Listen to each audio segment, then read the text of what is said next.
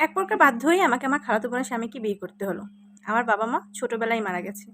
আমি আমার খালার কাছেই মানুষ। খালু আমাকে ভীষণ ভালোবাসতো। আমার খালা-খালুর ওই একটাই মেয়ে ছিল। তারা আমাকে নিজের মেয়ের মতনই ভাবত। আপুর থেকে ৪ বছরের ছোট। আমার জন্মের সময় আমার মা মারা যায়। আমার বাবাও তার কিছুদিন পরেই মারা গিয়েছিল। তারা আমাকে তার কোলে তুলে নিয়েছে। আমি যখন ইন্টার সেকেন্ড ইয়ারে পড়ি, তখন আমার আপুর বিয়ে হয়ে যায়। আপুর স্বামীর সাথে আপুর স্বামী যেখানে জব করে সেখানেই থাকতো।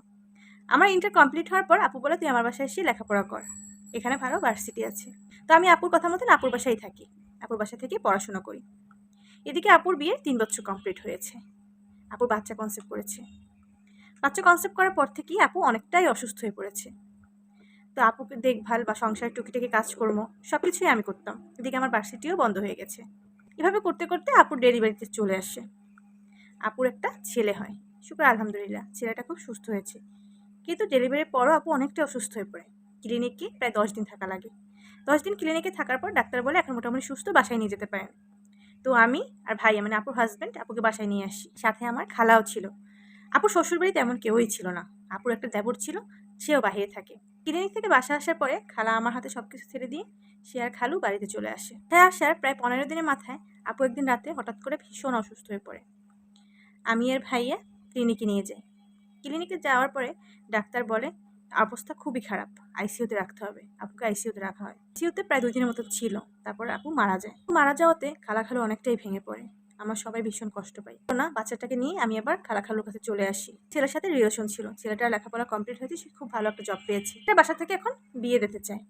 তো ও আমার কথা বলতেই ওর বাপের মেয়ের সবাই বললে মেয়েটাকে দেখতে যাবো। তো ওর ফ্যামিলির সবাই আমাকে দেখতে এসে আমাকে খুব পছন্দ করে বিয়ের দিন তারিখ ঠিক করে যায়।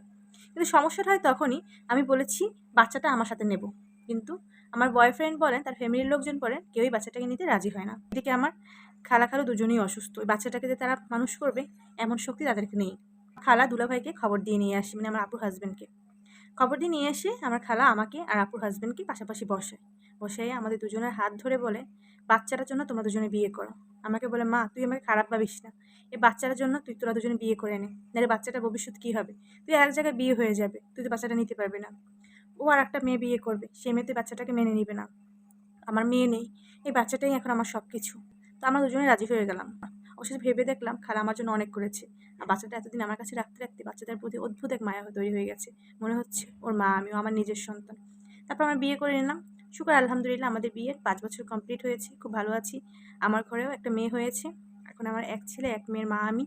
শুকর আলহামদুলিল্লাহ, সবাই দোয়া করবেন এভাবে যেন সারা জীবন সুখে থাকতে পারি। সম্পূর্ণ একটি গল্প মাত্র। যদি ভালো লাগে থাকে অবশ্যই পাশে থাকবেন। আসসালামু আলাইকুম, আল্লাহ হাফিজ।